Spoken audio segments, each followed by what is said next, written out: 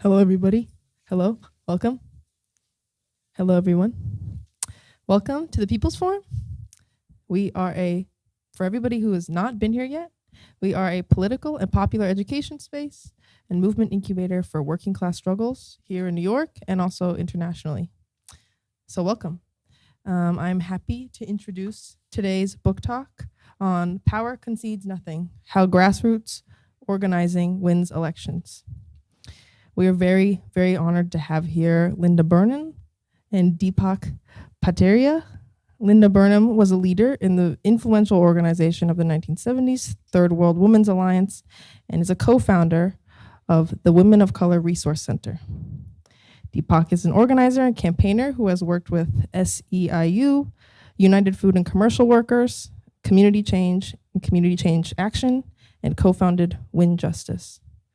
So I hope you enjoy tonight's conversation. There'll be some conversation between the two of them, and then there'll be Q&A. And if you'd like to purchase the book, it's available at our bookstore, 1804 Books, and there's drinks and snacks available at the People's Cafe as well.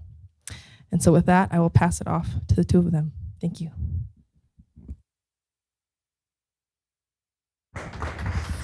And thank you. And really glad to be here at the People's Forum and to be in conversation with you all. I'm really looking forward to it. I think how we're going to do is I'm going to talk for a little bit about kind of why the book and why now and what we were trying to do with it, and then we'll be in conversation about that, and then Deepak will be in conversation about the contribution that he made to the book.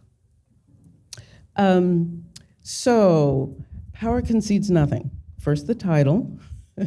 Most of you will know that the title comes from a speech given by Frederick Douglass. And when we decided to do the title, I went back and reread the speech. And I think I read it and understood it in a different way. In part, the speech was given in 1857, and it was given as a commemorative speech. It commemorated British emancipation of slaves the enslaved in the West Indies, right? So 1834 to 1857, so we're talking about just a few years before the Civil War. And in this speech, everybody knows that power concedes nothing without a demand. It never has, it never will, right? Lots of folks on the left know that speech. But the speech on Douglass's part, he was essentially arguing that there are many paths to the abolition of slavery, that the abolition of slavery required, of course, he referred to the parliamentary work in England, and he said explicitly that without the pressure of slave rebellions in the West Indies, the parliamentary work would not have proceeded. He's essentially making an argument in this speech, and he names fugitives, rebels, and insurrectionists in the United States, and talks about the need to pursue many paths to liberation. So I felt, I kind of took a deep dive on Frederick Douglass, just taking the title, which I knew, I feel like I've known since I was a teenager.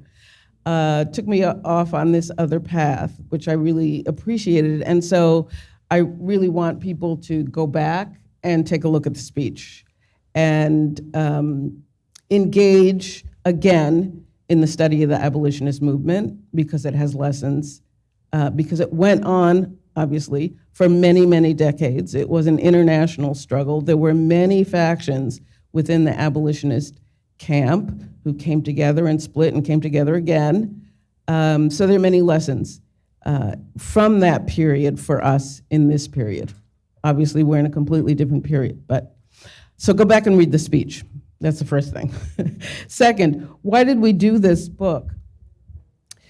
We knew the editors, Maria Poblet and Max Elbaum and myself knew, because of where we're positioned on the left, that an enormous amount of really wonderful work took place in 2020, and that the defeat of Trump required an electoral engagement by people on the progressive to left side of the spectrum that was deep and extensive and that made a difference. And we also knew that the people who did that work were really busy people. And that unless we figured out how to engage them and encourage them to analyze and document this work, it would be out in the wind. And unless we encourage them to lift up and celebrate the victories and to lift up what it took to do the work, that work would be invisible. And we felt like there were also lessons to be learned across states and across networks.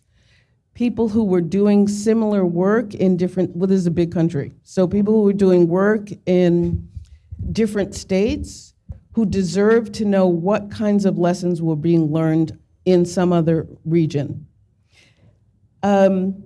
We also felt like we wanted to do this quickly because the lessons of 2020 and the work that was done and the victory in defeating Trump, we felt also had lessons for 2022 and 2024. So we started working on this book. Then we went to find a publisher.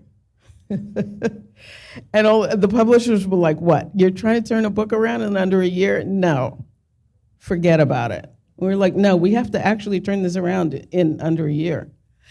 Well, praise be, somebody named Cohen Robinson of OR Books said, we'll turn it around in under a year. And he did. So my first thank you, second thank you, apart from People's Forum, is to OR Books and Cohen Robinson, who understood what was at stake politically and decided to figure out how to make this happen. So we felt like there were lessons from 2020 that needed to be shared in a way that they could bear on the kinds of work people took up in 2022 and 2024. We also took up this work because over the past 10 to 15 years, and Deepak will talk about the fact that actually this dates back before then, well before then, a set of people engaged in grassroots organizing, issue-based or constituency-based or based in a given locale, decided to figure out how to take up electoral organizing infused with the values of social justice organizing. And decided to figure out what that would take organizationally and what it would take politically and what it would take in terms of resources. So part of the reason that we put this book together is that is a particular current in our politic that we, the editors of this book, really want to encourage. There's all kinds of, as you all know, there are all kinds of orientations on the left. There are abstentionists who are like, no, two parties, forget about it. I'm not interested. There are people who've just given up. There are too many structural hurdles, electoral college, Senate, rural, urban, et cetera, can't do it, not worth it, right? There are folks who are, yeah, I'll vote, but only if there's a socialist on the ticket. There's a lot of different trends on the left side of the spectrum. We wanted to encourage and figure out how to make more intentional and self-aware folks who were trying to marry social justice organizing and electoral politics. and figure out what it took to engage those two. And not just do kind of the electoral thing when the cycle comes around and then you drop it and go on and do something else and then you pick it up again, right? So that was another piece that we were trying to figure out how to encourage. And of course, we were trying to figure out how to encourage and inspire folks who are not doing this work to take it up. Just a couple of words on some of the main lessons. There are a lot of lessons. And then, you know, the nice thing about doing these kinds of presentations is you get to read and reread. And every chapter, there's a set of lessons. And all of them are interesting, at least to me. So maybe not to everybody, but at least to me. So I guess the third thank you I want to do tonight is to the organizers who took the time out, it's hard to sit down and write a 5,000-word essay. It not only takes discipline, it also, these are people who, believe me, they've got 1,000 things on their plates, right?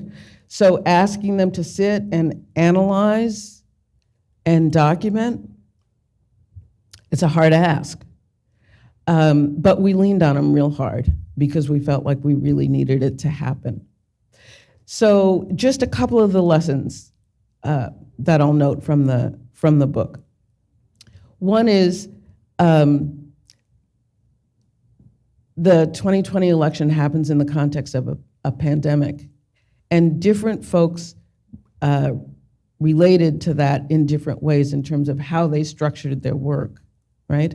Some continued door knocking, but even the ones who didn't continue door knocking affirmed door knocking is indispensable.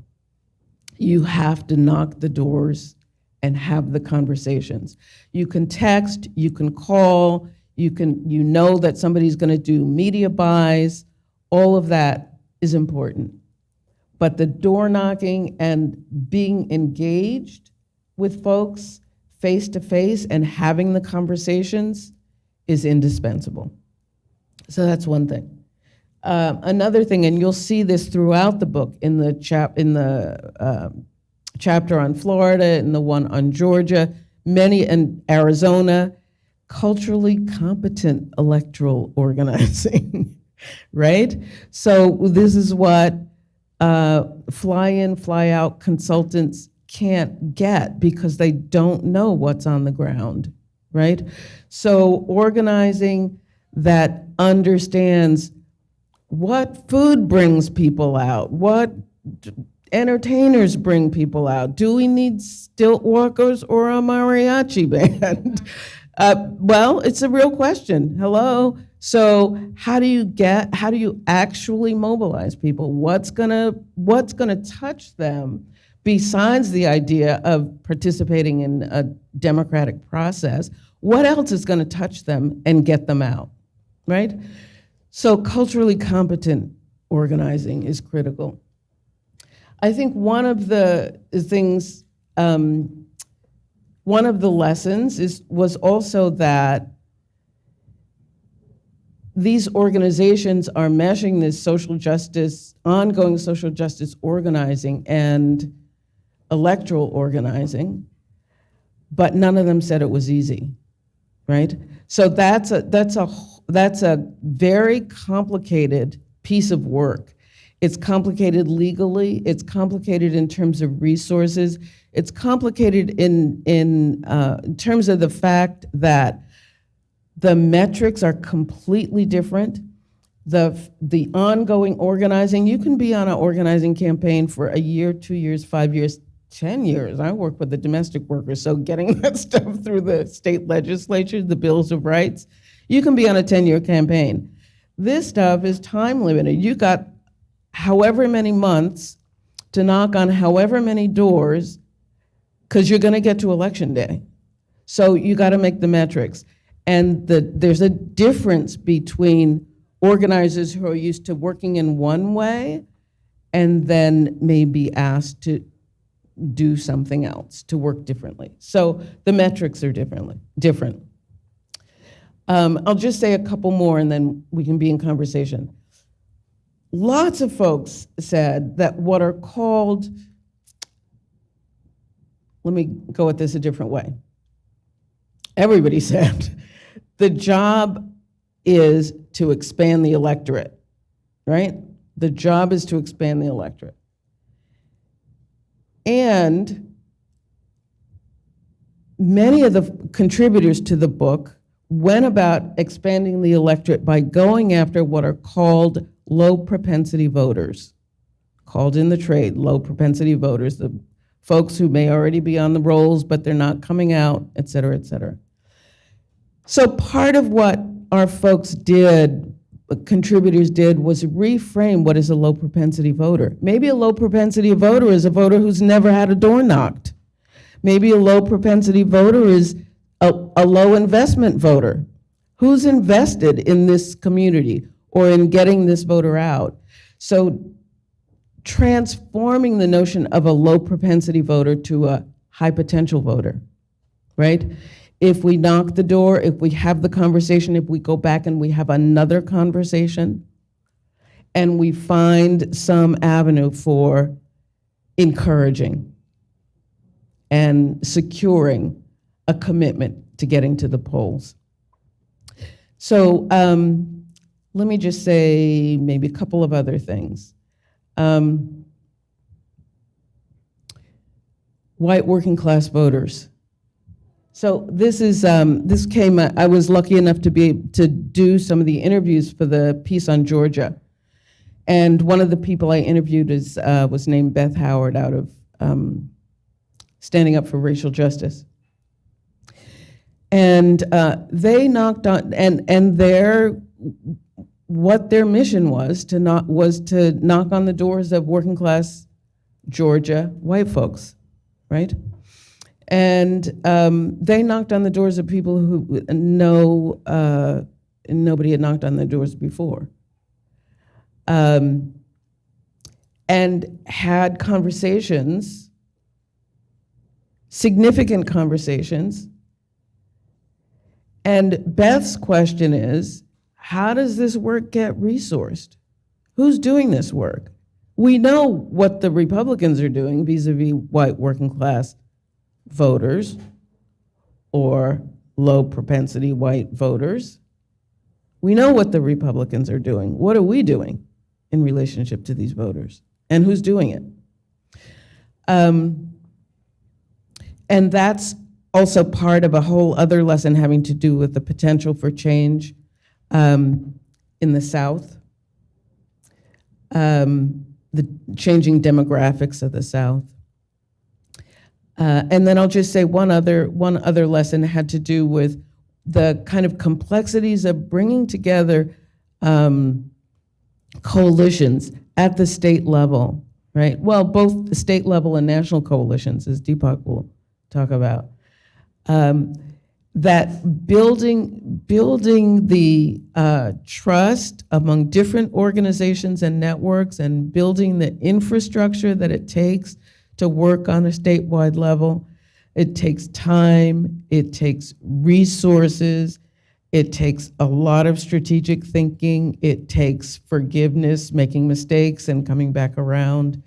It's an extraordinarily important piece of work, and people are taking it up in ways that they are making progress and making gains. Last thing I'll say is about how the book is organized.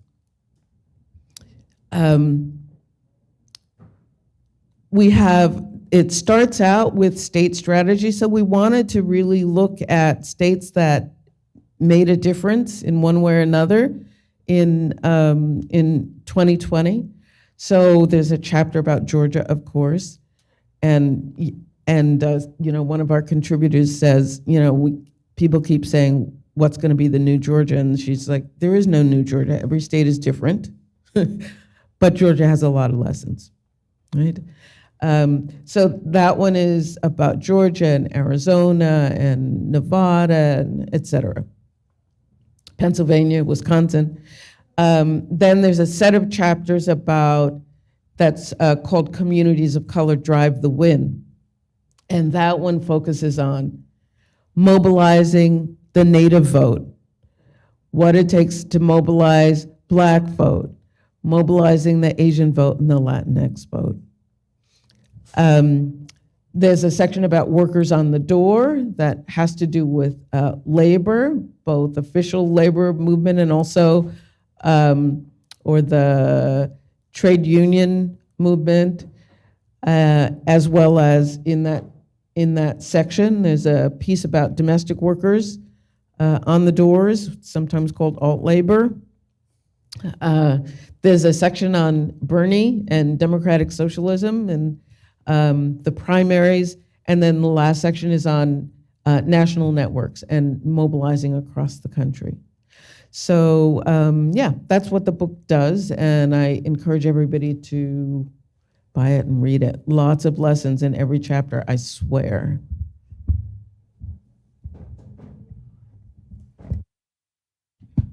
Okay, thank you, Linda. Thank you all so much for coming out tonight. A few quick other thank yous to Linda, of course, and Max and Maria, the editors, for pulling this whole thing together and all the work behind the scenes that it takes to make something like this happen, and for including me. Super grateful for that.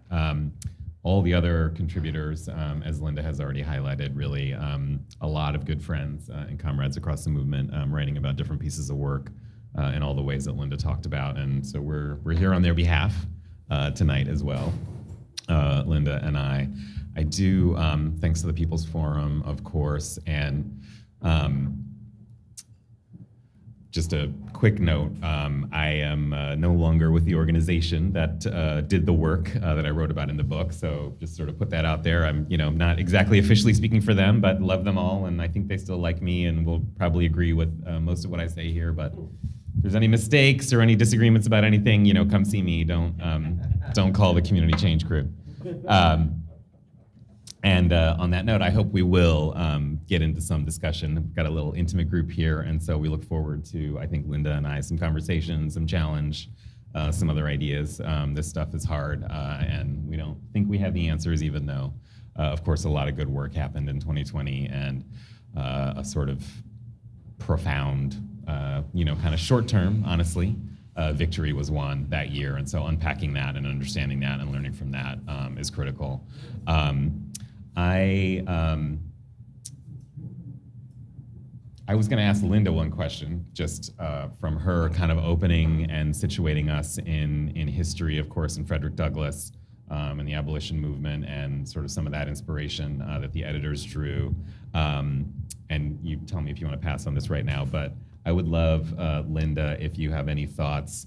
You talked about the 1800s. Like, I'd love to hear your thoughts on the sort of 1960s, 70s, 80s, and that sort of rough epoch in U.S. politics, and how we went from, sort of the post-World War II and kind of height of the labor movement and civil rights movement, and some of what felt like a lot of big forward progress in those couple decades to, Reagan and Bush and everything that meant.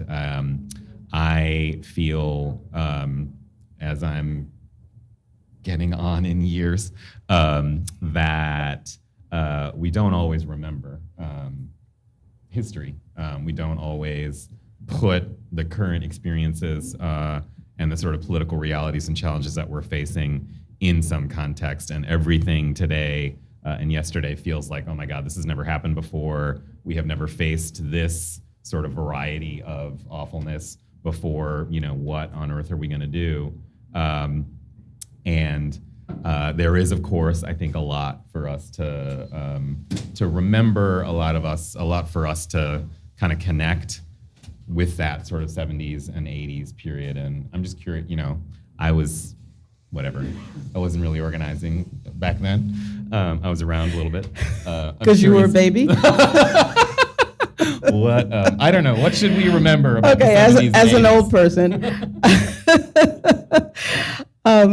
Yeah, I feel like I'm really fortunate to have come, first of all, out of a family of leftists, and come up in a period in which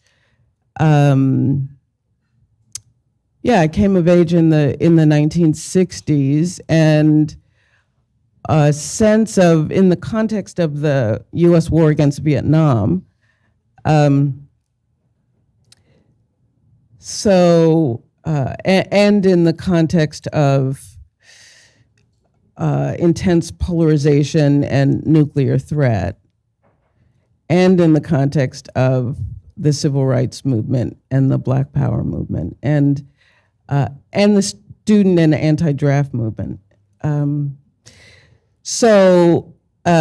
up in a period where there were really intense political currents on the left, organized to transform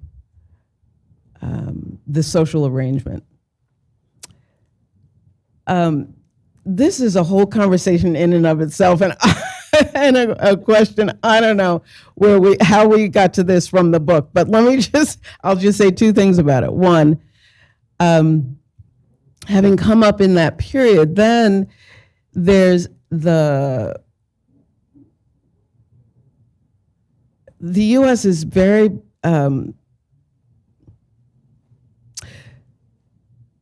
the struggle to sort out how consolidated, strategically oriented, and grounded politic comes out of a period of social ferment.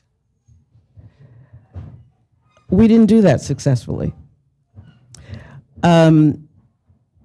We did not do that successfully. And part of why we didn't do it successfully is, I think, well, I'm kind of talking off the top of my head, but part of why we didn't do it successfully is because we had a distorted, at least the folks that I was working with, were not grounded in what the actual alignment of forces in the United States was and is, and overestimated the capacity of the left to transform at a fundamental basis what that alignment looked like, and proposed sets of politics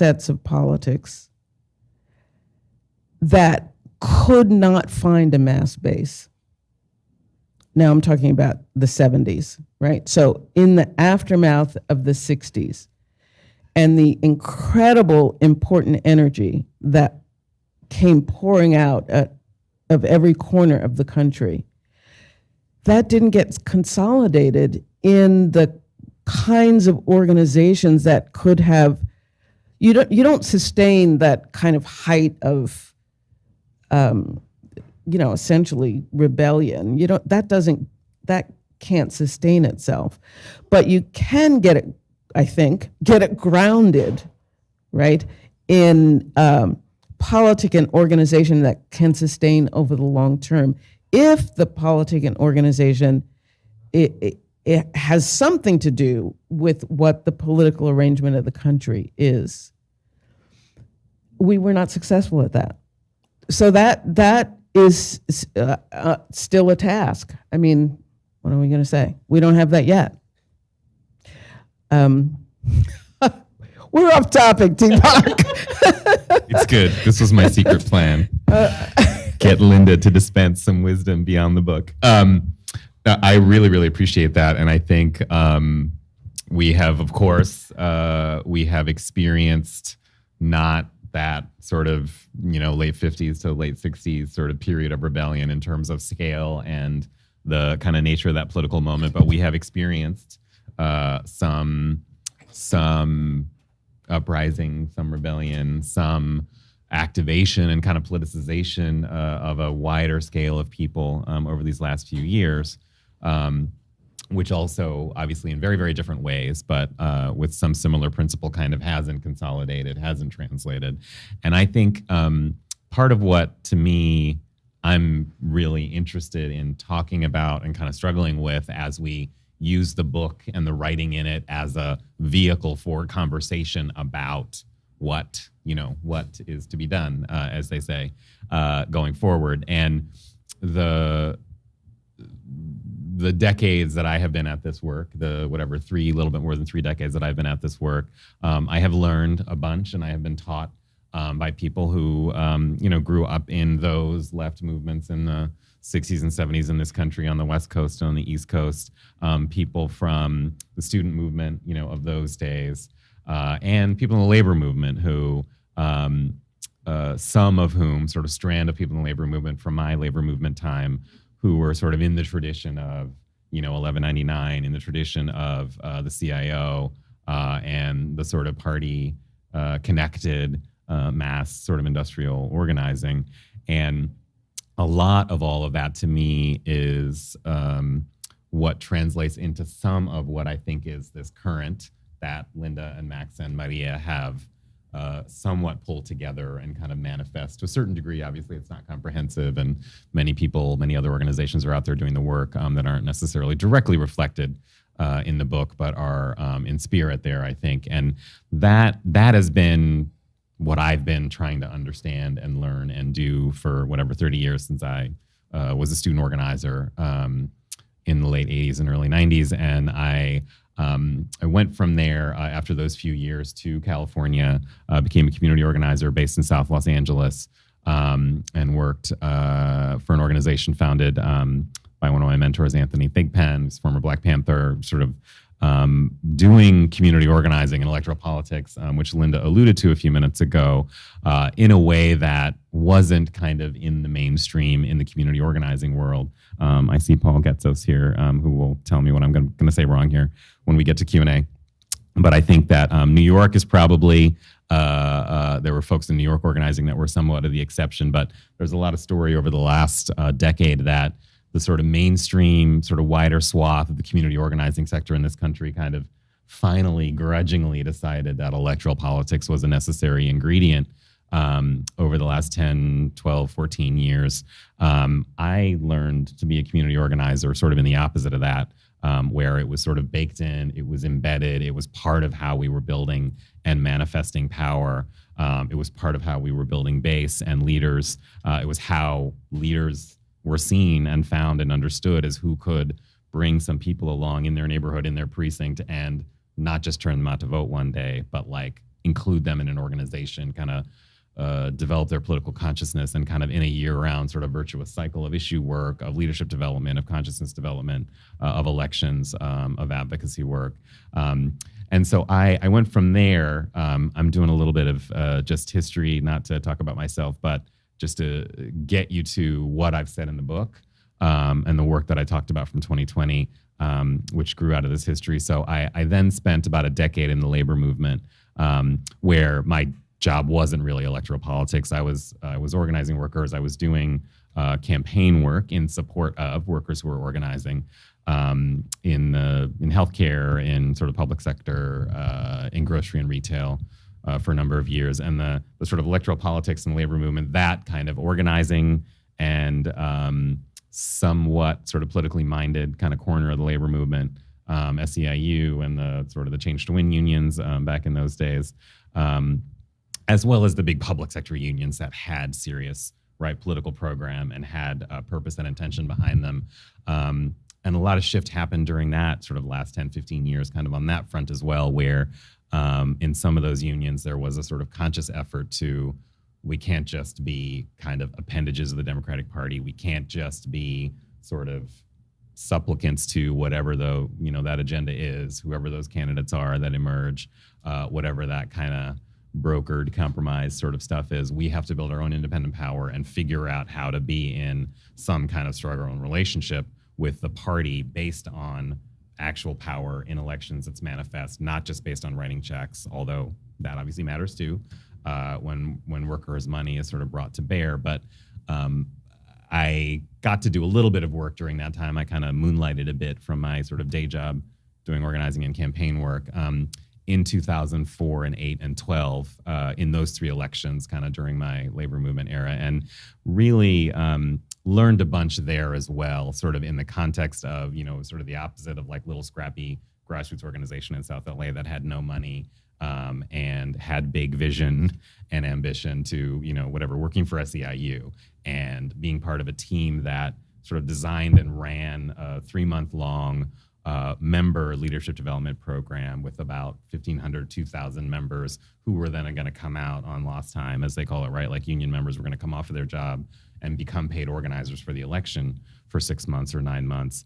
And that was a really formative thing for me as well, that I clocked back to a bunch over these last few election cycles, when I then went back sort of into the community organizing world, but at the national level for the last decade, really up until last summer when I transitioned out, as I mentioned.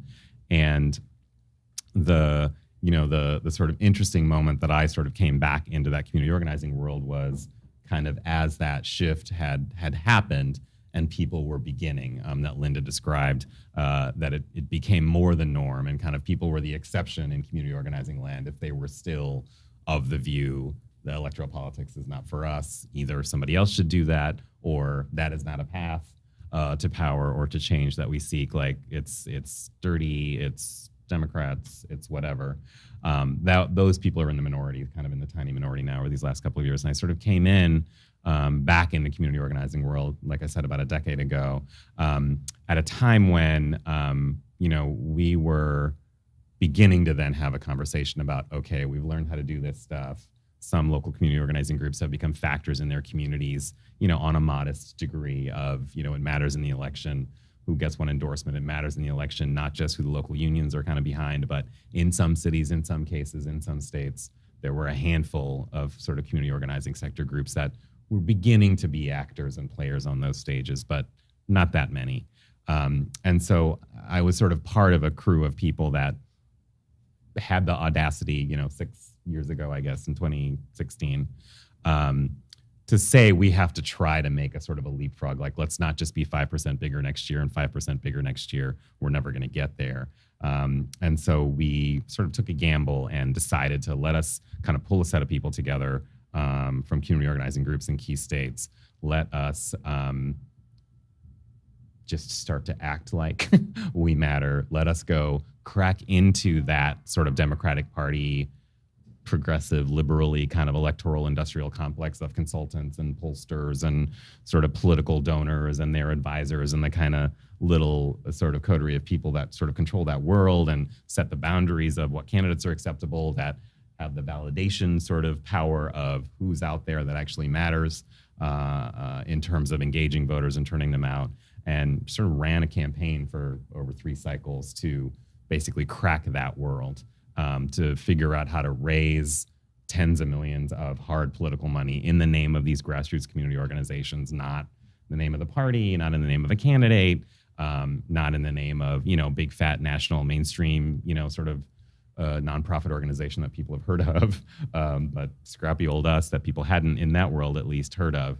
And it took several cycles to kind of crack that world, to demonstrate in terms and sort of on the basis of things that people in that world could understand, of like, could you actually be engaging hundreds of thousands of people sort of in each state across multiple states? Could you deliver real program? Could you push back, which we were doing, right? Because we didn't want to go into that world and just replicate the way the Democratic Party or some of, mainstream candidates' political operation does things, as Linda alluded to, but to bring this organizing and base building orientation to electoral politics into that world and kind of beat some of those people into submission to accept that kind of politics, that kind of voter engagement program could actually deliver results. And, we succeeded to a degree. We sort of became a factor in that world. And I'm using the we here broadly, right? Like, not just speaking of the one organization that I happen to work for, but a set of organizations kind of that were acting in that way. And so it was sort of out of that experience that the thing that Linda and the editors asked me to write about in the book, which was this collaboration that Mia mentioned in the intro that was called Win Justice, where basically for 2018 and 20, we pulled together kind of from the basis of this community organizing collaboration of groups around the country that had established a track record, that had been sort of playing at statewide levels across a set of the key swing states, and was sort of beginning to be seen as a factor in that world. We were then kind of from that standing able to pull together SEIU, sort of my old friends at SEIU, Planned Parenthood, and Color of Change with us as a sort of not normal collaboration of sort of different flavor, different variety of entities to sort of, we're going to sort of run a program together. The constituencies that those 4 national organizations were connected to and kind of had credibility in a set of swing states, that we were going to, again, sort of disrupt the normal kind of Democratic Party, like, okay, well, here's the Black people over here, and like, this is the mailer that you need to send to those people, and here's the Latino voters over here, and like, here's the immigration, sort of robocall that you need to send to those people. Here's the, white suburban women, and like, let's go remind them that we're pro-choice and those other people are evil. And let us also sort of disrupt what at that time was, going in, of course, to 2020, a lot of the collective wisdom of, well, we just need to remind people of Trump and tell them that, look, it's Trump or us. And so then, of course, they'll vote for us. We don't really have to do anything else. And we were, we weren't the only ones. Certainly a lot of people sort of on the left and a lot of people sort of from base organizations that were really sort of grounded in communities, as Linda said, were really kind of making an effort to, again, disrupt that sort of practice and show that, we weren't going to win just by scaring people about what bad stuff might continue, that there had to be some vision, there had to be some sort of future motivating factor. And so sort of that was the other piece I just wanted to mention of just kind of touching on the chapter in the book. And the last thing just I'll say right now to sort of bring it back to where I sort of prompted Linda on in terms of thinking back to the 70s and 80s and kind of lessons for right now, which is that we have to solve that problem, right, of what are the bases that we have, what are the sort of wider sets of people that are somewhat politicized, are somewhat sort of in their consciousness kind of on our side, or they would be if we do the right work of kind of inviting people in and creating the on-ramps for them to become part of movement and become part of organization somehow. That sort of consolidation, as Linda described it, that sort of alignment of forces sort of in a real way, that's part of what was in my conclusion of my chapter. I sort of, sort of move on from describing the work of 2020, and I kind of turn into a little editorializing sort of within my chapter about this is what I think we've been doing wrong. This is what I think we all have to get right, the sort of royal collective we of the left. And a couple of things there. One is that this point that Linda makes, we have to solve, we have to sort of solve for this. We have to figure out how to kind of crack this nut of consolidation, of building a base and having movement institutions that are receptacles for that kind of power and can move. We have to, secondly, I think, deal with the reality of the power that we have right now and the power that we don't have, and we have to sort of act. We have to act from there. I think we often make the mistake of kind of acting from what we wish was the sort of political reality and kind of what we wish our position of power was. We sometimes act from, why don't those people just agree with us and do what we say because we're obviously right? Why don't those Democrats just like get a backbone and kind of suck it up and, kind of follow us? Why don't, Linda said this thing to me, we won't like name any names, sort of people saying, why don't those Democrats respect us enough?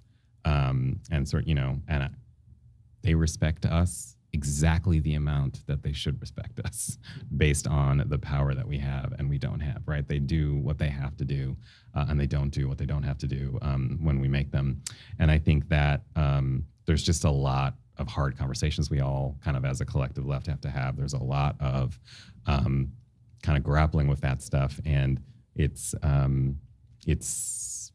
where I've come kind of after these last kind of 10, 15 years, especially of diving into electoral politics, that we have to be real. We have to be honest. We have to understand power, ours and the other kind of forces that are aligned against us.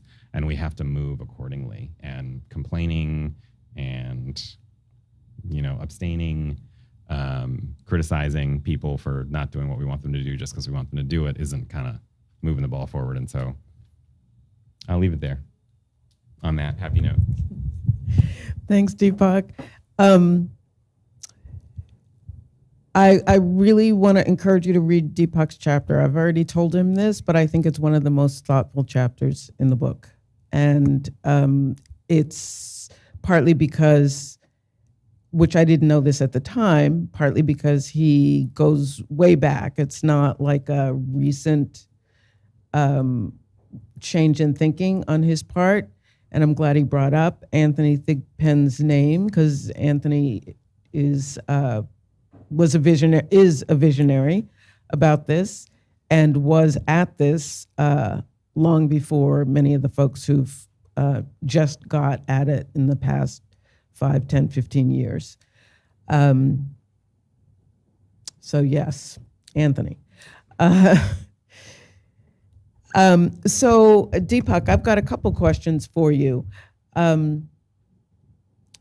What was most difficult about putting together the Win Justice Coalition when those organizations are so different in their missions? So what was complicated or difficult about that? Yeah, how long do we have? It's like 7:30 already. We're going to get to the Q&A in a minute. It's whatever. A lot of folks, I'm sure, in the room have been part of. Oh, I did.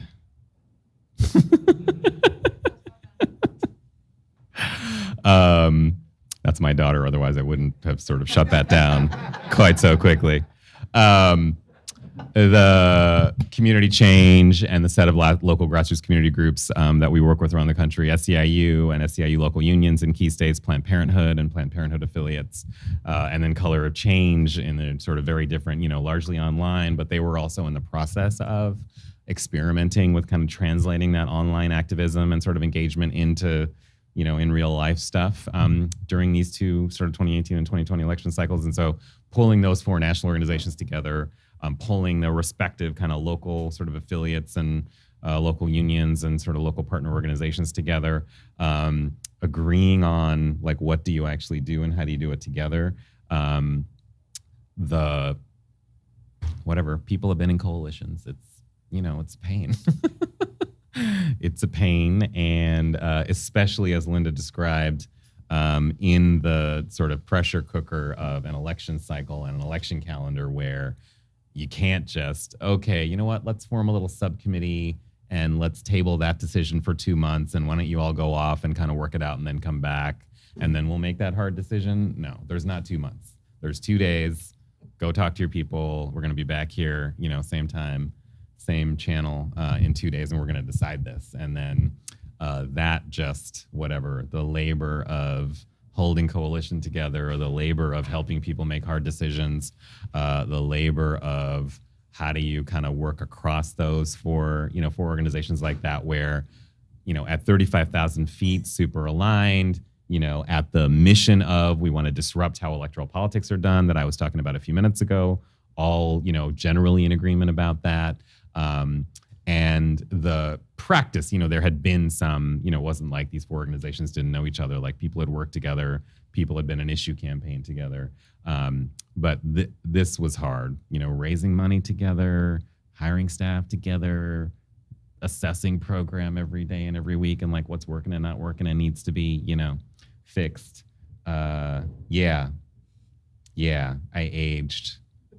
I aged a lot in those couple of years, and I won't be doing that particular thing. I won't. I will be encouraging and helping other people to do that stuff. Okay, Deepak. I have other questions, but I know that we probably should get to a conversation. And I wanted, just before we get to that conversation, there are a couple of people in the room who either contributed to the book or work with groups that contributed to the book. So they wanted to say a couple of words, and then we'll just open it up for question and answer and a great conversation. So first, David Duhalde worked on the chapter about DSA. So you have a mic. If you'd like. Yeah. I'll just be very quick. I just want to thank everyone for the opportunity to do it. I think what was fascinating to be asked about the chapter was very much the idea was DSA didn't do that much in the general, but did a lot in the primary, and why. And I kind of go through a history that explains like why that happened, and that the narratives from both sides, the people celebrating that and the people criticizing that, were actually a little off, and that it was a much more nuanced experience, and how DSA has actually kind of shifted in a positive way. In my opinion, it's very much an editorialized chapter. Kind of saying that maybe that was a mistake, and some steps that have happened since then. So it goes into 2022 as well. Thank you. And I think Peter Hogness with Seed the Vote. Yeah, I did not have a hand in writing that chapter, but I have been working pretty closely with Seed the Vote since pretty shortly after their founding. Just want to let folks know, if you're interested in engaging in a program, pretty well-developed program of interstate solidarity, looking for ways that folks in places like New York City can support frontline groups that are doing the kind of work that we're talking about here tonight. This is one really effective way to do it. There are many ways to do it, and we've talked about a range of them. But the one thing that I particularly liked about working with Seed the Vote, I'd worked with a local group that was kind of like a smaller, less experienced and less resourced version, was that we were able to put 400 volunteers on the ground in Arizona, committing a minimum of a week, in most cases more, and 450 in Georgia for the runoff, committing an average, it worked out to an average of like 10 days, full-time canvassing, no days off, following the leadership of local groups like New Georgia Project Action Fund, the HRE, like broad statewide or regional locals in both states. And that was very distinctive because the partner groups are very used to folks parachuting in from outside saying, why are you doing it this way? I've worked on these issues for 20 years in Washington, D.C., and this is how you should do it. This was like the opposite approach.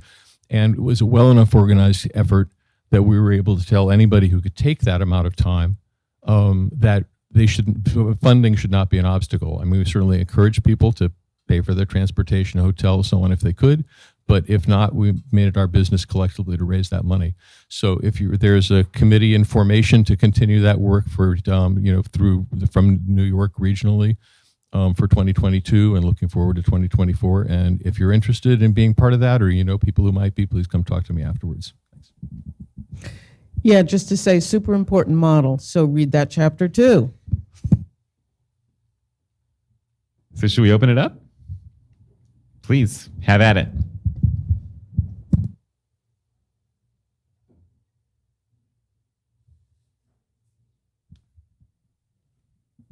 I have a question that's nothing to do with what I wrote. I'm very curious. So I'm pretty nervous. I assume it's not a unique feeling about the upcoming election, and I guess especially the midterm. And I think you, Deepak, what you were saying, I think kind of hit it for me too, which just expresses some of my frustrations when I'm reading the American Prospect. Sometimes I'm like, I feel like they're too soft on the Democratic leadership. Not all of them, but I think sometimes it's like, oh, it's really Manchin and Semina. I was like, that's true, but that's not public perception. And then if I'm talking to people in DSA, I'm like, well, it is Semina and Manchin. And so I'm the one who's kind of trying to have it both ways. But I'm wondering what are your hopes for this book, Linda, especially, that will kind of affect the work? Because I did see the vote in Pennsylvania, and it was a really wonderful experience. And I think that's a model to follow, but I'm curious what you think would, especially for the midterms when people are feeling a little pessimistic, what are your hopes that this book can contribute? Well, my hope is that the book will contribute to a feeling of optimism. We're in bad shape. Maybe those two sentences don't go together, but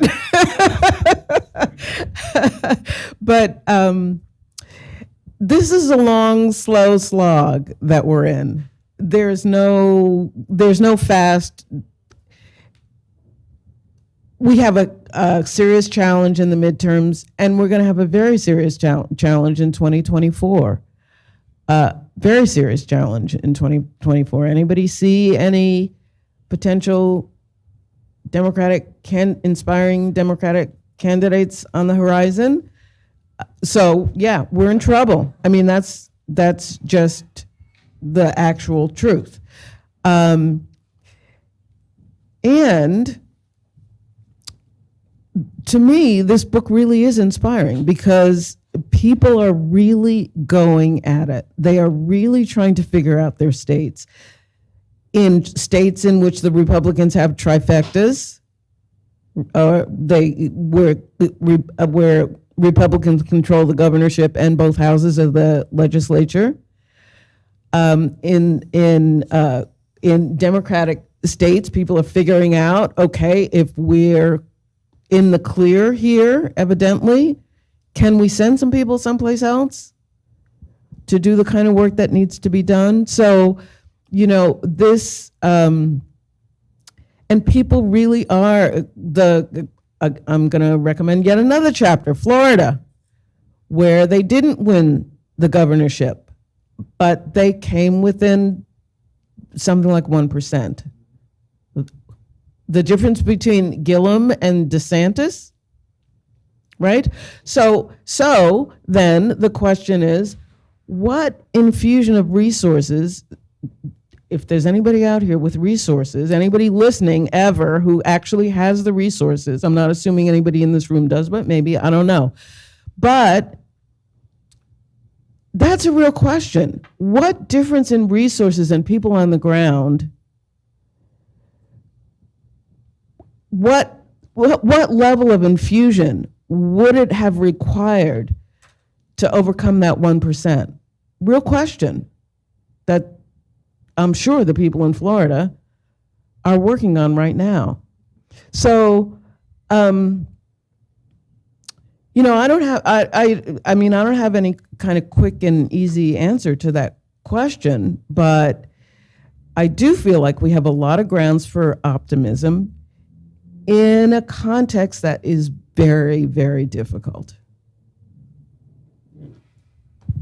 Yeah, I would say a couple of things, David, and I think we're all, of course, preoccupied, with that set of questions right now. And I have I was going to say privilege, but I don't know if it's a privilege. I have the experience right now of not being sort of in the midst of the trenches of this work right now, which I have been, for the last, 20 years.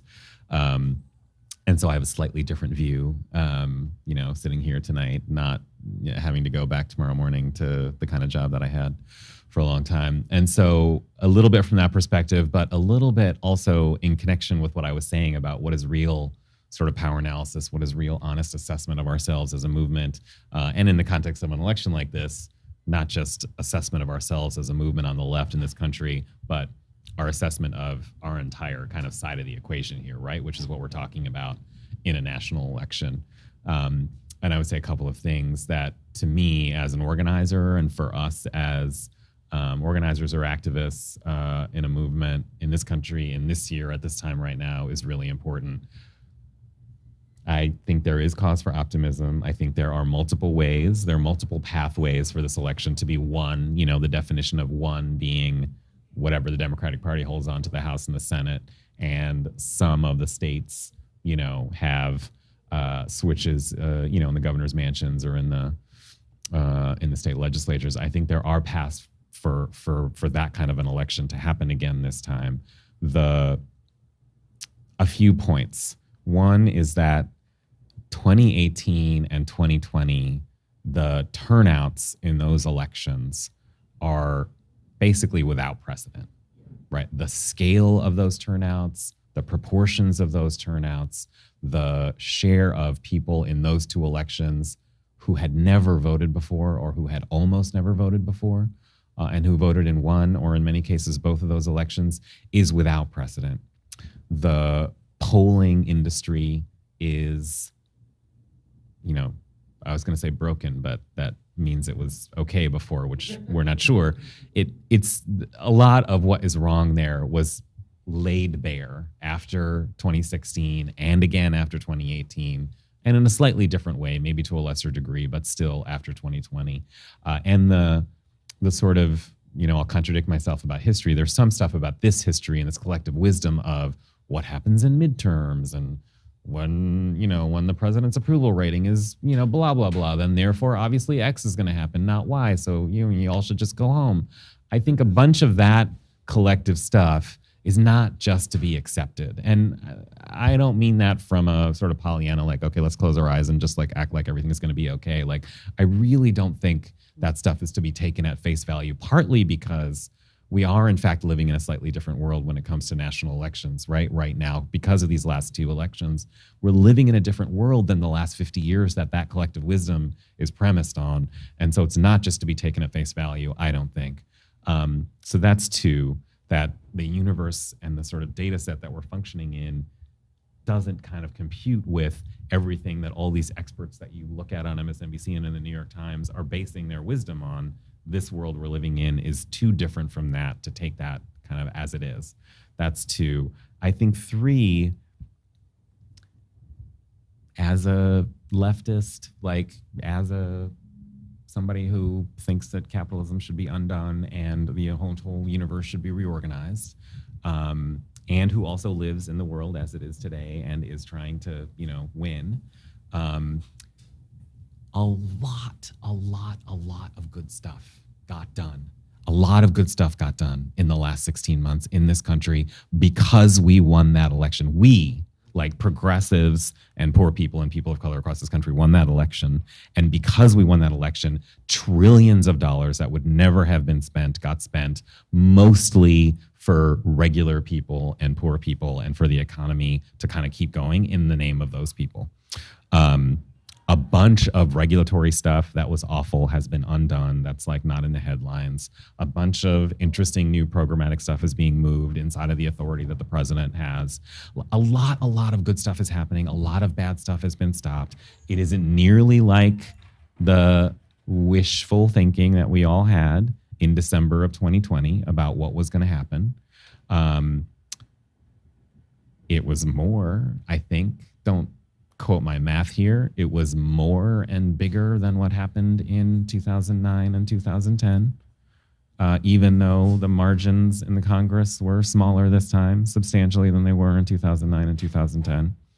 And so I think we have a responsibility to own that stuff and to go forth on that basis and to bring that kind of optimism that isn't like la la land, like, oh, don't tell me about your complaints, like, just shut up and go vote for Democrats again.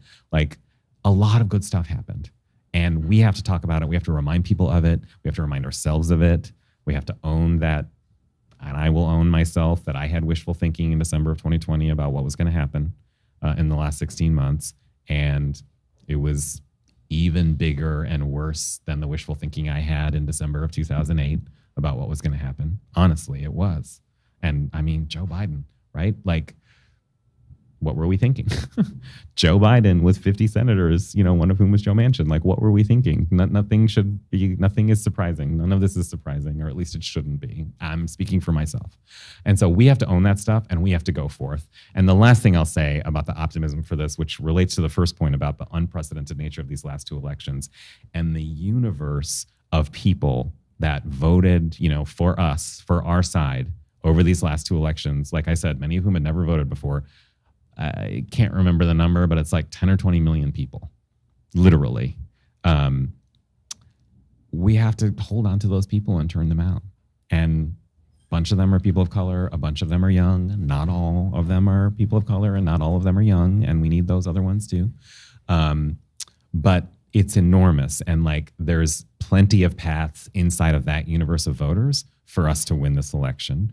And we don't need that many of those mythical, we used to call them Reagan Democrats, and like now they're these like Obama, Trump, white sort of, imaginary working class white people. There isn't that many of them that are like gettable, and we don't need that many of them. We need a few, and we also have to sort of orient ourselves on that basis, that like that is a small portion of what needs to be done. And the lion's share of what needs to be done is we just need to turn the people out that voted for us the last 2 times. And that's enough. And it's doable if we sort of set our minds to it.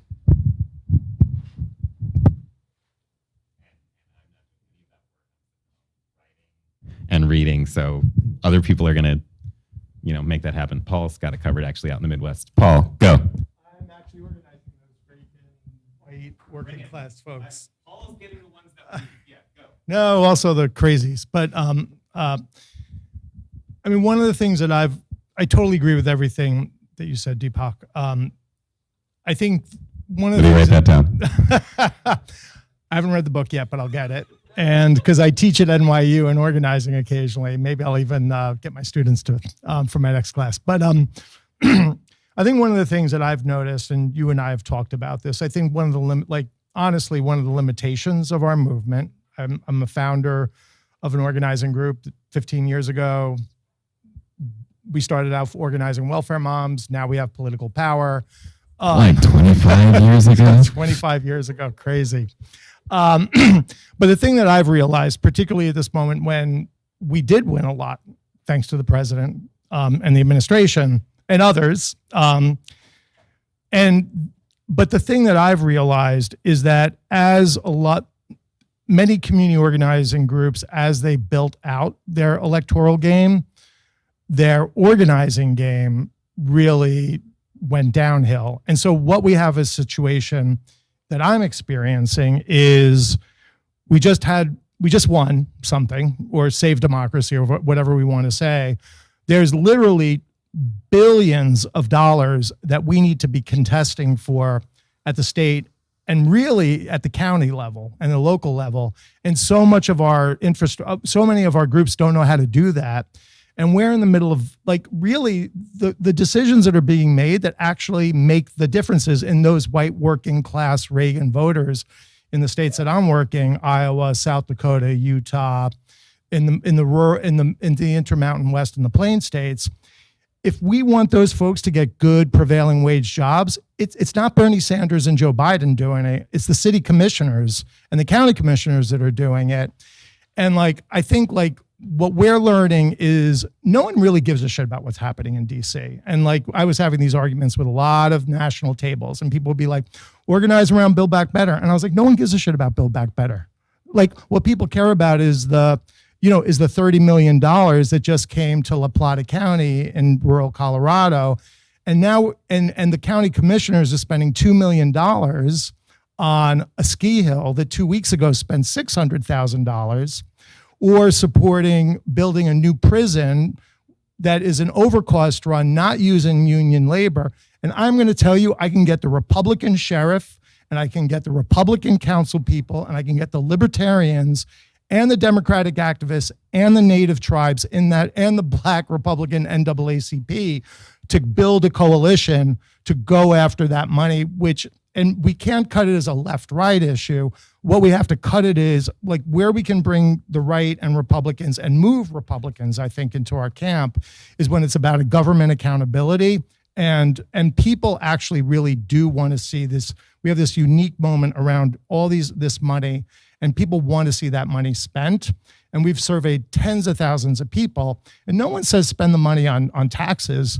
The three things they say: improve our schools, K through 12 education. We need affordable housing. We need mental health after COVID. No one says prisons. No one says putting people in prison. And these are Republicans, Libertarians, and Democrats and independents. So I guess my question for you is, what do you think happened to our sector in that?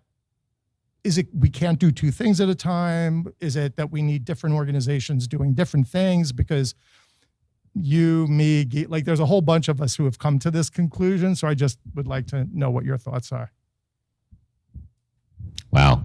Thank you so much for that, Paul. And I completely agree on both sides of that, both parts of what you said. I think on the question, a couple of things, that there's a sort of problem of the sort of electoral industrial complex, as I called it, where resources, tons and tons of resources, especially in this post-Citizen United time where there's zillions of dollars kind of swirling around, and the kinds of dollars that are swirling around and the kinds of strategies that they are sort of moving are these superficial parachute in. Somebody in DC already knows the answer. They know who the voters are that we need to go talk to. They know what the message is for each of those voters, and they're just going to show up in whatever state, whatever town, and find whatever local organization. Here's $50,000, not for your strategy or your local knowledge of your community and your voters and your leaders. I already figured out the plan. I just need you to go do these 10 things in the next 10 weeks. I need a report at the end of every week with your numbers, and I will give you, $5,000 at the end of each of those weeks if you do this thing. And for a long while, there was sort of an environment where local community organizations like that there was a struggle to get other kinds of money to do the kind of organizing that Paul's talking about and to do the sort of long-term building in their community that they need. And so they would be in a position where they would have to take this kind of money and just deliver on that stuff. And absolutely, Paul is right. In a lot of places, in a lot of organizations, that sort of the oxygen in the organization kind of got diverted to, well, we have these deliverables, we have to do this thing, these people gave us this money. And that became what they did, what staff learned how to do, what members and activists and leaders kind of were rewarded for. And so there's a lot of that, times 10 over the last 10, 15 years, I think is true. And then I think mostly it's, a lot of it is the sort of outside, kind of this bigger, wider industrial complex of elections in this country that has turned local organizations to that experience. I will say, I think we all from inside those organizations have some responsibility as well, which is that we have, I think this is true in community organizing, I think it's true in the labor movement. This is sort of whatever, me quoting my friend Jane McAlevey, that we've turned into sort of mobilizers and we've sort of lost the craft of organizing and identifying leaders, developing leadership, building committees, in workplaces, or building, real bases in community organizations of people that own their work and own their movement and sort of are part of strategy and are driving and aren't just, kind of automatons to be sort of turned on when there's a petition to sign or there's a rally to go to. Or there's a Congress member's office to call, or there's an election to go turn out to. And I think it's a serious, serious problem. There's many exceptions in labor and in community organizing where people have held on or have found new ways, but it is a big challenge for us to refind. And I'm so grateful for what Paul is doing. People should read up about it. United Today, Stronger Tomorrow. Google it. They're doing really, really brilliant work with hardly any money. Really? Not really. That's not true. Just in relationship to that, I want to make a plug for yet another chapter, which is one that was written by Jon Liss from Virginia New Majority. And Jon talks about the relationship between not just community organizing and the electoral work, but community organizing, the electoral work, and policy advocacy, and figuring out how ongoing policy advocacy, either at the city council level or the, or the state level or the county level, how figuring out which are the kind of key wins that they're going to go after, not just getting somebody elected and doing the hard work of making decisions about people who may not be fully aligned with the organization's politics entirely, but are the best thing out there, how to make those decisions and then hold those people accountable through pressuring them relative to issues like housing or any of the other education, any of the other kinds of issues that our communities care about.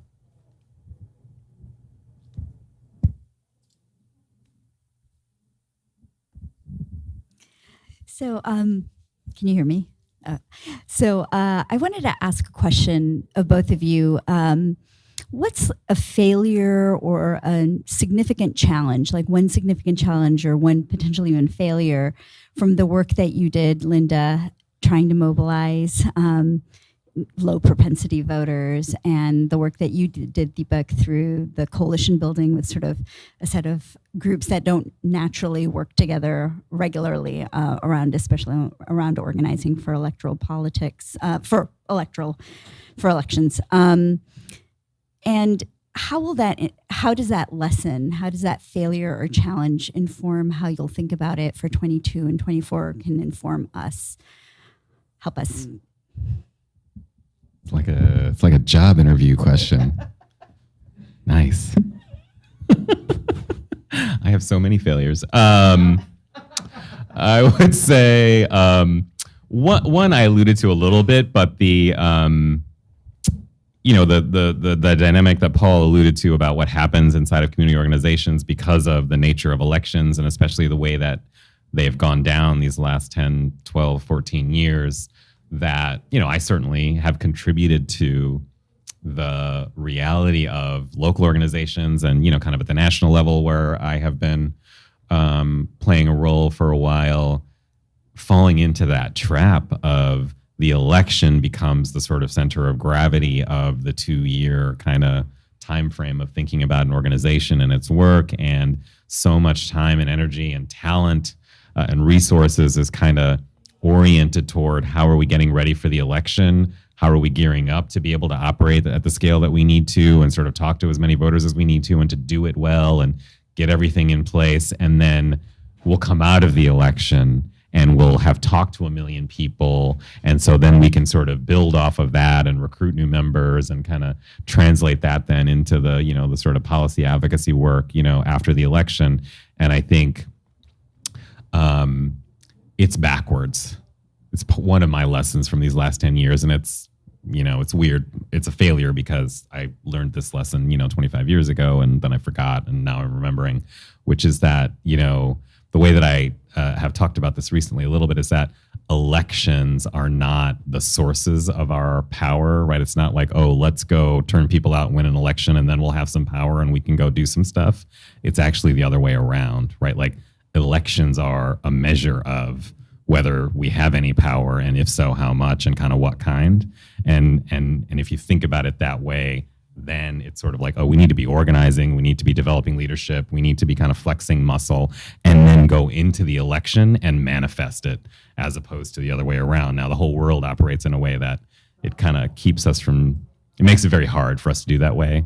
I've certainly fallen into that trap a lot, and I've helped a lot of other people fall into that trap over the last 15 years, which I apologize for.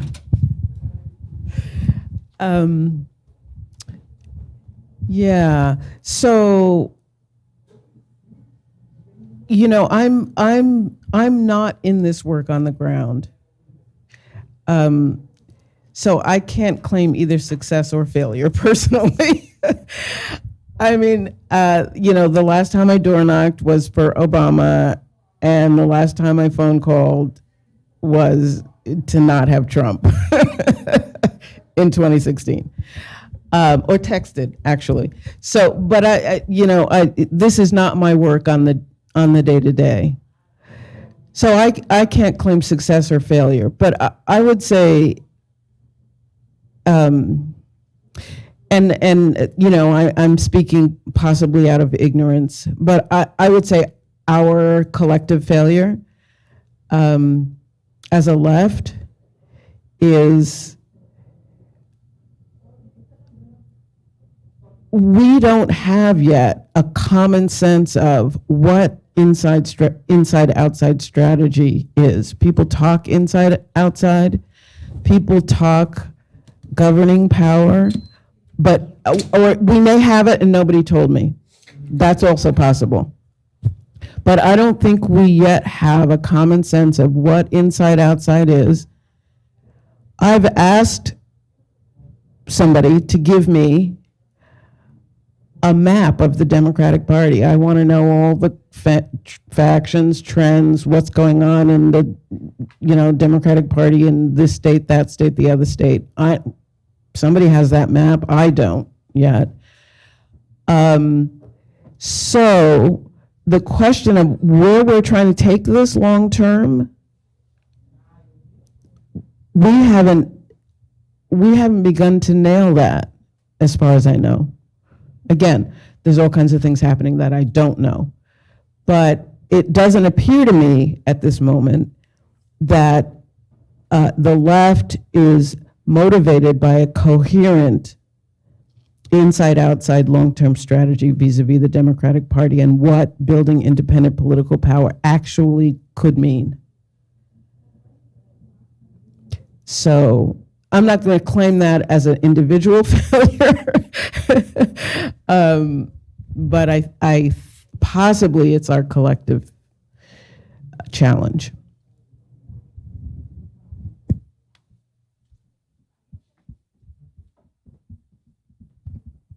Hi, thanks a lot for the discussion. So just full disclosure, I'm not allowed to vote in the US, so you might hear it. I'm French, so I've been crying for four days because of the elections Sunday. Anyway, so I was wondering, how do you keep people motivated to vote. So I have the feeling that, I followed the elections here, obviously, because I live here.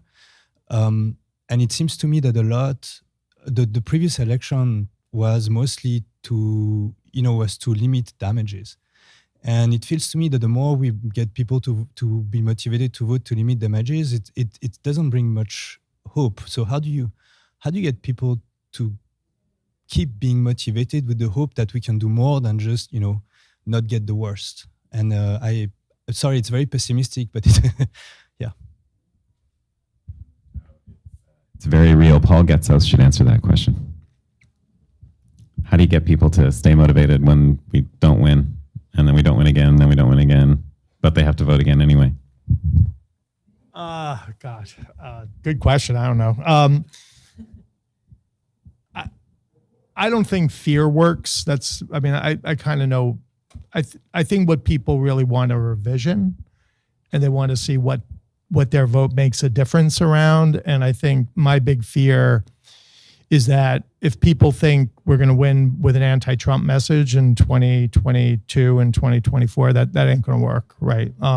We have to be for something, and I would agree with Deepak that, I actually think the Biden administration and this Congress has a lot of really good things to run for. I think they've been, they're bad. They're not communicating it very well. Believe me, like the administration comes in, they did it, particularly in non-New York areas. Like they came in, they did a quote unquote town hall in South Dakota and Iowa about all the great, and it was like a love fest for the administration, and it was supposed to be like a town hall. So like the administration definitely has to understand how to talk to people a little bit better about their wins, but they did deliver a lot of wins. The other thing that I've just learned in our work in the last 2 years, it's all about local. I mean, again, Deepak and I know this, right? Like it is about local, like people, the decisions that really impact people's lives, outside of war and that stuff. It's the school, like we learn this, like the fight from the right 24 years ago. I'm a queer guy, I live in New York. I was part of ACT UP. We were fighting Community Board 24 in Queens because they wanted to like ban, two dads and their, two dads, two moms. 25 years later, they're still doing it, except now they have digital. And so what we have to keep realizing, it's always about local. It's local things, local decisions are the things that make people's lives. And I think that's why we have to invest in local elections. And it's not top bottom. It's not, it's not president and then people go down and are going to want to vote. It's like when you start to understand voting makes a difference on your block, in your school board, on your rent control board if you live in like Berkeley. That's what makes the difference. I live there. I worked to elect the rent control board. Just to add on to what Paul said, because I think it's a super duper important question and one that, sort of organizers and activists struggle with a ton. And I think for me, part of the answer to your question is we have to be increasingly inviting people in at a large scale into organization, into movement, into the visioning, like what actually are we for? Like, what do we want the world to be like? Into strategy, like how are we doing now? We're far away from the promised land. This is like a 10, 20-year path to, any hope for our vision for the world actually beginning to come into pass. And so if people are a part of a movement, if people are part of that kind of vision and analysis and strategy, then they understand that no one election is going to be the answer to the universe. And it's one of the many problems with what we've talked about of how elections happen in this country and in this two-party system. And, we've participated in this. I've participated in this sometimes, right? We go to people in 2008 and like, okay, you just have to vote for this one guy. And then, Lord, it's going to be amazing. Everything is going to be awesome. All the things that are wrong are going to be fixed next year or maybe the year after. Like when we do that, we're sort of encouraging people then to be sort of dissatisfied, to be, disillusioned. And if you keep doing that every 2 years, then we're in trouble. And we have been doing that every 2 years for the last, whatever, as long as I've been around. And so we have to organize, we have to bring people in and like, they have to own the vision and understand like we aren't just one election away from everything being better. This is like a long-term project.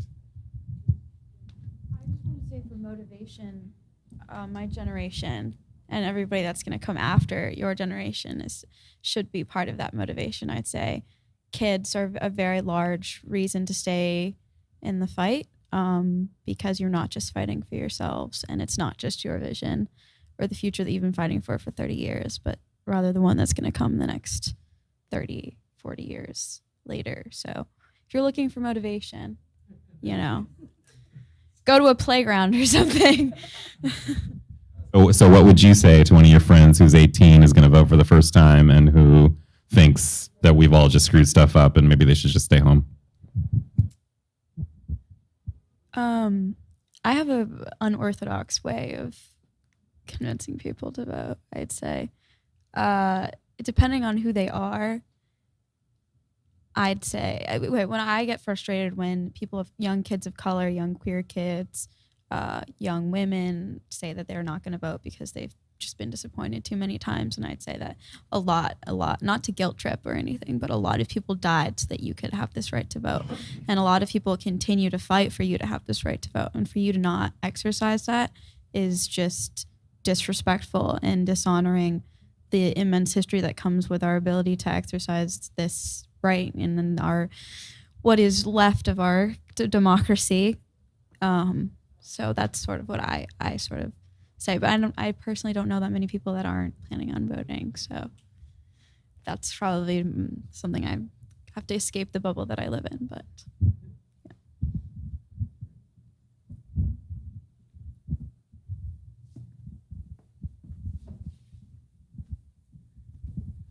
yeah, this I guess mainly for Deepak, but either I'm interested. I liked the part in your chapter where you specifically talk about ways that the local organizing groups inform the nature of the electoral work. Things like selecting what geography you're going to work on in terms of key state and local races, informing the message, and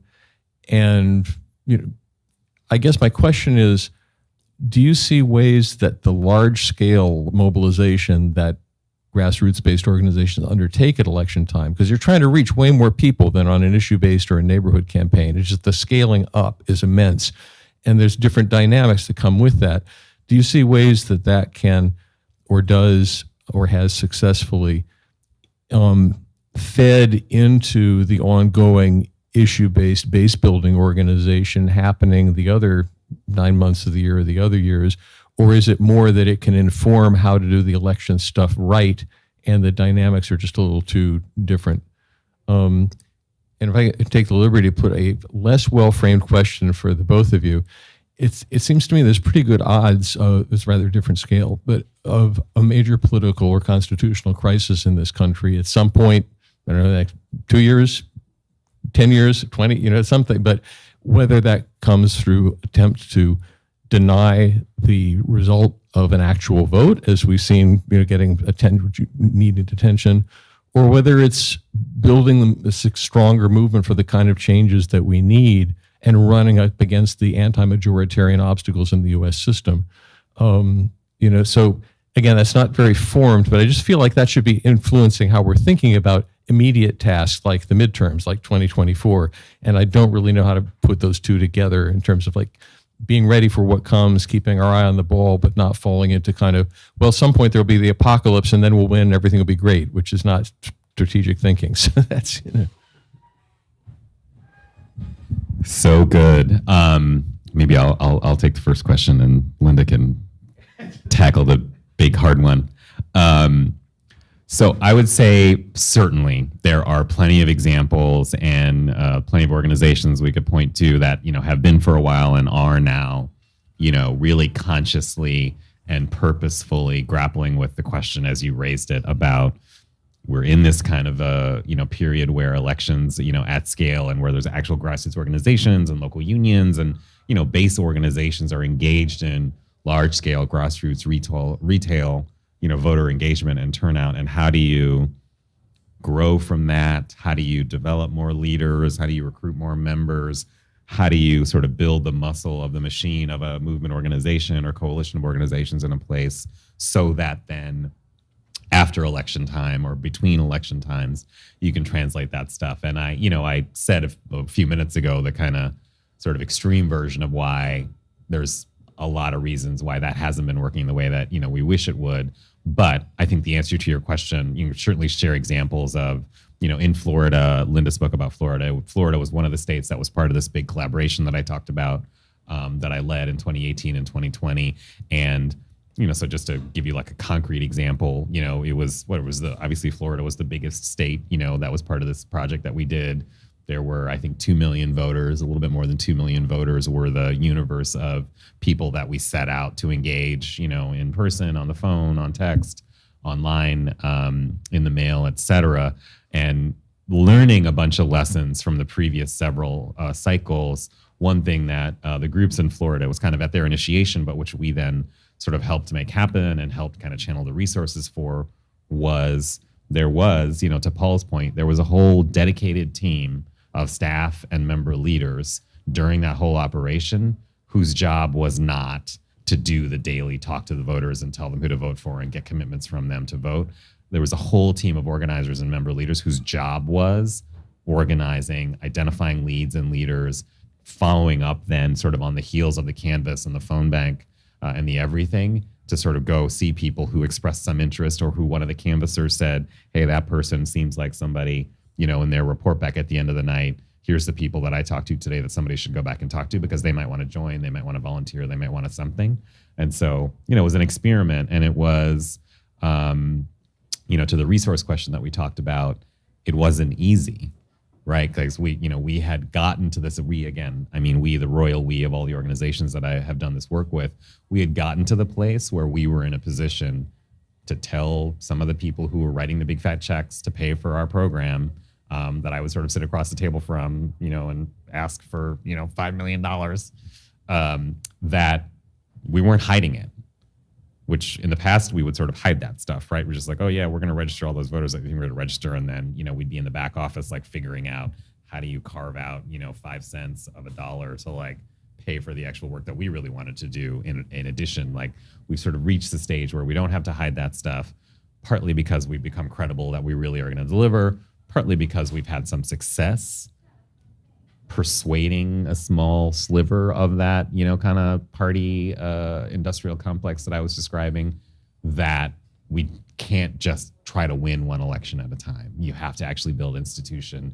We have to sort of build, a wider pool of leaders and activists in these places who know their stuff. And that means that this has to be part of the plan, and money has to be devoted to this part too, not just to the, retail kind of voter stuff. And so there was some success out of that. The number of the organizations in the state, they grew, they recruited new members and activists. People then got turned into, the legislative cycle that happened in 2019 and in 2021 in the state legislature, kind of on what their agenda was. So that's one example. There's a bunch of others, I think, in different ways where people are trying to do that, and there is some success, not at the scale that we need it to be, but it's very much a big focus for a lot of people, I'd say, over the last 3, 4, 5 years. Yeah, on the crisis question, constitutional or otherwise,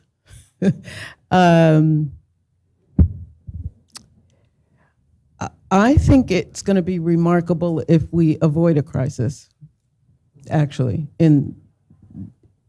given the politic as it currently is. The authoritarian base and its leaders are highly motivated. They're working across the country. There are many different elements and factions of that base and of that leadership, but they are successfully moving voter suppression plans in multiple states, anti-LGBTQ legislation in multiple states, misogynistic and patriarchal plans in multiple states.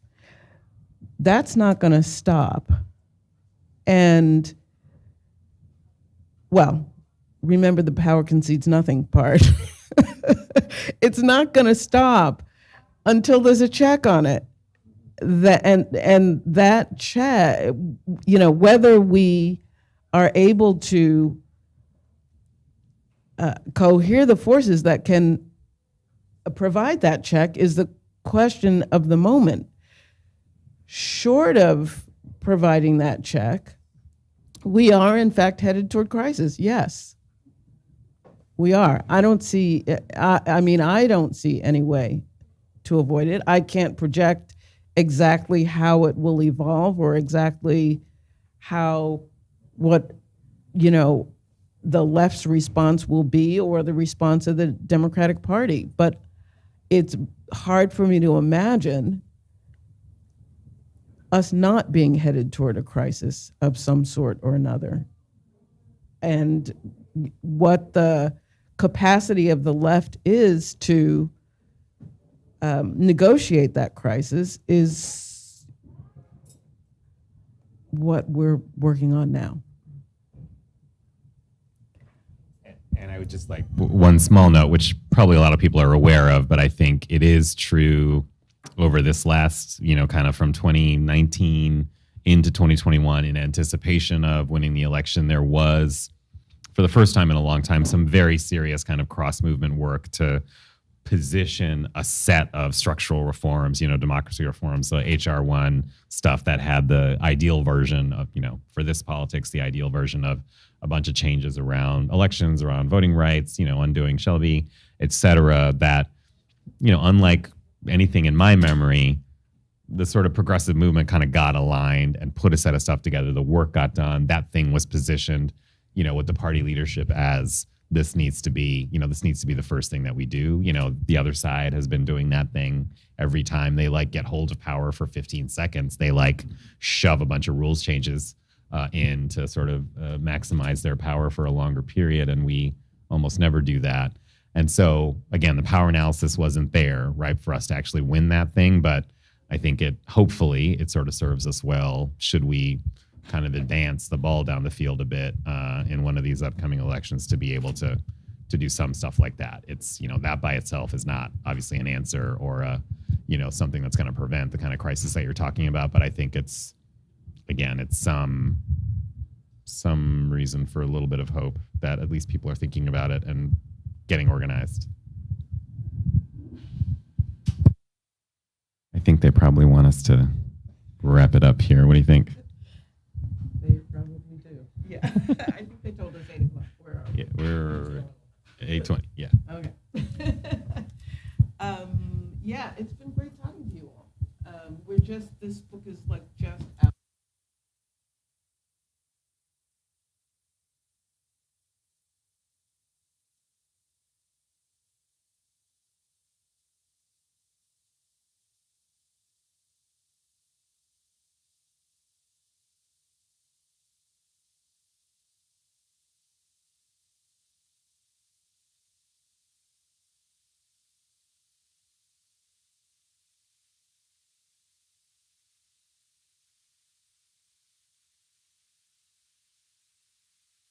The book. Thank you so much for coming. Thanks so much. Yeah.